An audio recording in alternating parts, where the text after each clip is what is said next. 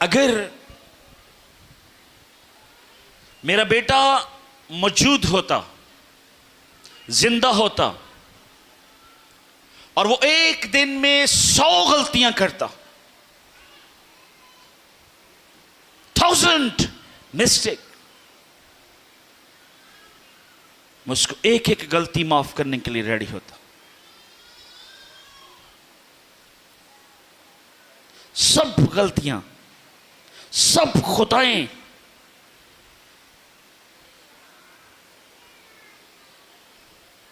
एक दिन में 1000 गलतियां करता, मैं लिखने के लिए रेडी। अगर मेरा बेटा आज आ जाए तो मैं उसको माफ करने के लिए तैयार रहता, जिंदगी भर की गलतियां माफ कर देता, जो करनी है वो भी।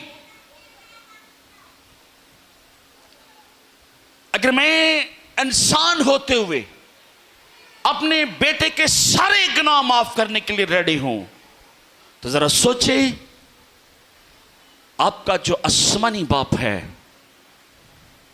वो मुझसे कहीं ज्यादा आपसे प्यार करता है, आपसे मोहब्बत करता है।